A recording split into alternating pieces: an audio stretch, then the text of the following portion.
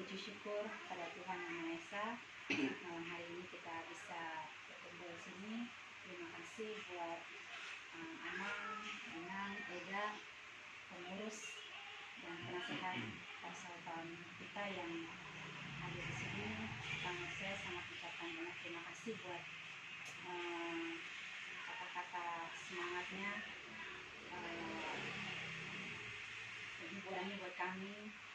Ya walaupun dibilang udah seumur tua, yang namanya kerjaan orang yang kita kasih itu pasti sedih. Mungkin cerita sedikit, yang paling terasa itu 1 tahun yang lalu, itu saat COVID Delta lagi marak-maraknya, nyari rumah sakit juga susah. Di situ mama juga pernah koma dan dibawa ke rumah sakit PON. Di situ saya berdoa sangat keras gitu. Saya mohon sama Tuhan untuk kesembuhan mama gitu. Karena dulu kan kalau masuk rumah sakit, kalau belum 2 kali PCR itu belum bisa masuk ke ruangan biasa, masih diisolasi gitu kan. Karena waktu itu mama itu demam, jadi harus diisolasi. Tapi setelah 2 kali negatif baru bisa ke ruangan biasa gitu. Nah di situ memang saya sangat berdoa, Tuhan, saya belum siap mama pergi. Saya masih ingin ketemu. Jadi waktu dirawat itu saya masih dinas malam nih, berangkat kerja.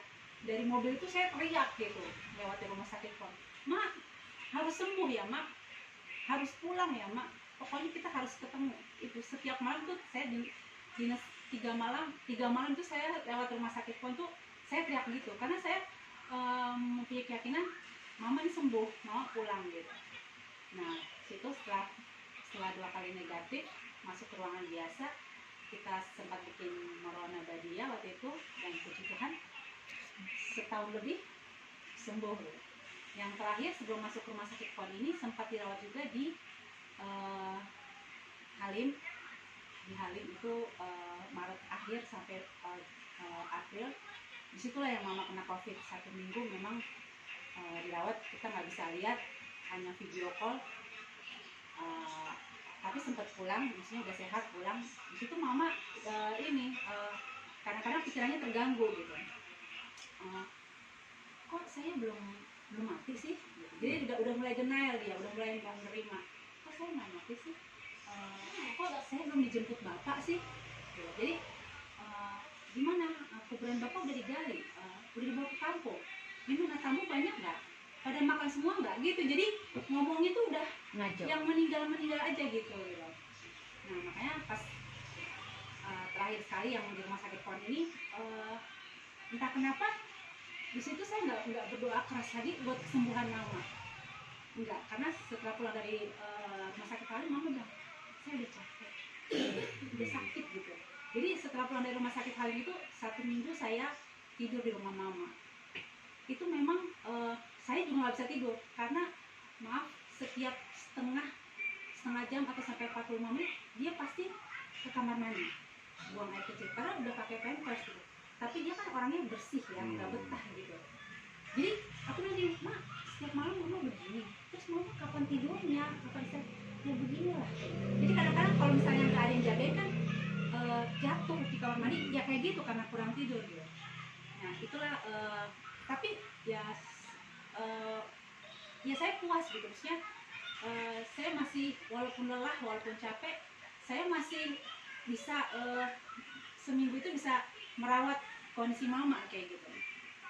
Sehingga yang waktu terakhir masuk rumah sakit PON, waktu itu lagi di rumah Ito yang siakangan ini kan, di situ saya udah nggak ketemu mama lagi.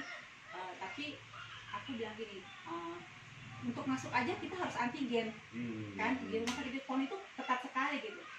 Aku waktu itu masuk, aku bilang, Mak, kalau mama udah nggak kuat, ya pergilah. Kami semua pada ngumpul di lobi kan, kami video call supaya yang di lobi bisa lihat mama gitu. Pergi mama, karena situ juga aku pegang tangannya, kakinya udah dingin gitu ya. Kayaknya emang ini nungguin aja deh. Jadi kalau kayak dibilang Inang tadi, biasanya kalau orang tua itu udah pergi, anak-anaknya ini ya gitu, banyak memang aku lihat itu ada lah seperti itu. Cuman ya puji Tuhan, mudah-mudahan ya dengan doa juga kami bisa akur, kami bisa tetap kompak. Karena saya dulu pernah dengar mama ngomong gini, kalian 2 laki-laki, 1 perempuan, laki, perempuan, laki. Kamu, bilang saya, kamu perempuan di tengah. Seperti kalau orang apa ya, orang Jawa, kalau kayak air mancur, mengalir, kamulah yang menerimanya. Kamu harus sebagai penengah, kamu harus bisa sebagai ini buat itu mama dulu pernah bilang gitu dulu waktu kan masih SMP SMA tuh mama pernah ngomong kayak gitu. Ya mungkin sekarang oh ini toh maksud mama tuh seperti ini gitu. Dan puji Tuhan saya juga punya Eda baik-baik, dan mudah-mudahan walaupun mama udah pergi mereka juga tetap baik. Kenapa saya bilang gitu, mungkin sebagai contoh aja gitu kesaksian saya secara pribadi. Contohnya kami dulu awal-awal mau beli mobil misalnya, kami kurang uang gitu, terus minjam sama abang waktu itu, sama Ito gitu. Gak mungkin dia nggak ngasih, pastilah dia secara pribadi mau ngasih ke Itonya, mau meminjamkan. Tapi kan kondisinya waktu itu dia sudah berkeluarga ya, kami juga sudah berkeluarga. Jadi yang saya hubungi duluan bukan Ito saya, justru Eda saya SMS, waktu itu belum ada WA kan. Da, aku mau pinjam uang, Ito mau beli ini harga kurang, boleh nggak? Coba aja. Kan kamu sendiri yang ngomong. Terus aku juga bilang sama dia, saya udah ngomong sama Eda, kamu tetap ngomong sama lainnya. Jadi artinya gini, ya kita udah berkeluarga, pasti udah punya kebutuhan keluarga masing-masing. Jadi bagaimanapun, jujur saya lebih banyak komunikasi sama Eda saya yang besar, sama lebih banyak. Bisa dibilang kalau WA, teleponnya lebih banyak sama Eda dibanding hidup kita saya dalam hal apapun gitu. Jadi ya mudah-mudahan ke depan kami tetap kompak, tetap. Jadi sekali lagi terima kasih Amang Inang, Bapak Uda juga terima kasih. Waktu itu juga ada ikut datang Matenggoraja, acara juga semua. Bapak Uda saksikan, kami hanya mengucapkan terima kasih. Bapak Ibu yang dikasihi Tuhan, terima kasih telah like, subscribe, dan komen channel YouTube ini. Tuhan Yesus memberkati kita semua.